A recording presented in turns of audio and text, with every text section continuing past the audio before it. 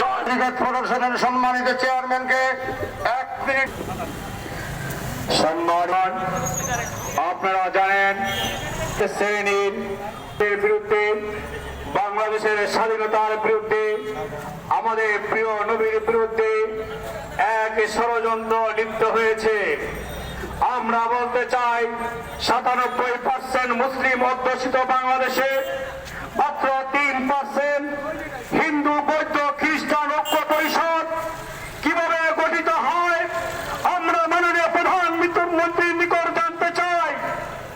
যখন মায়ানমারে লক্ষ লক্ষ রোহিঙ্গা মুসলমানদেরকে পাখির মতো গুলি করে হত্যা করে ভিক্ষুক আং সান সুচিরা রাত টেনে ঘুম পড়ে জাতিসংঘ নিশ্চুপ হয়ে থাকে, যখন ফিলিস্তিনের মুসলমানদেরকে ইসরায়েলের ইহুদিরা, আমেরিকার ডোনাল্ড ট্রাম্পের অনুসারীরা, খ্রিস্টানরা বম্বিং করে হত্যা করে, তখন ফ্রান্সের প্রেসিডেন্ট ম্যাক্রন রাত টেনে ঘুমায়।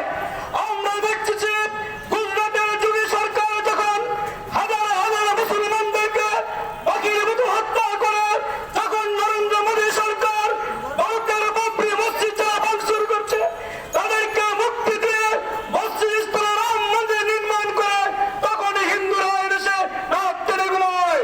আজকে বাংলাদেশের পুলিশ প্রশাসন, ডিসি, এসপি, এনএসআই সহ স্বল্প ক্ষেত্রে হিন্দুদের আধিপত্য দিয়েছে সরকার। তারপরেও তাদের মনে শান্তি নাই। আমরা বলতে চাই মাত্র 17 জন সেনা নিয়ে এখতিয়ারউদ্দিন বখতিয়ার খলজি রক্ষণশীলের কাছ থেকে বাংলা বিজয় করেছিল, মীর কাসেম সিন্ধু জয় করেছিল। হিন্দু, বৌদ্ধ, খ্রিস্টান ঐক্য পরিষদের নেতাদেরকে বলবো আপনারা সাবধান হয়ে যান।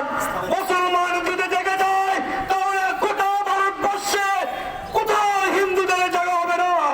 এদেশের মুসলিম দেশে হিন্দু, বৌদ্ধ, ঐক্য, খ্রিস্টান নামে কোন সংগঠন থাকতে পারে না, থাকতে পারে না। এটা হতে দিবে না। এটা বঙ্গবন্ধুর বাংলাদেশ, যেটা ইন্দিরা গান্ধী বলেছিল, হে শেখ মুজিবুর রহমান তুমি বাংলাদেশকে ওআইসির সদস্য করো না। বঙ্গবন্ধু ইন্দিরা গান্ধীকে চেয়ার থেকে বলেছিল আমি মুসলিম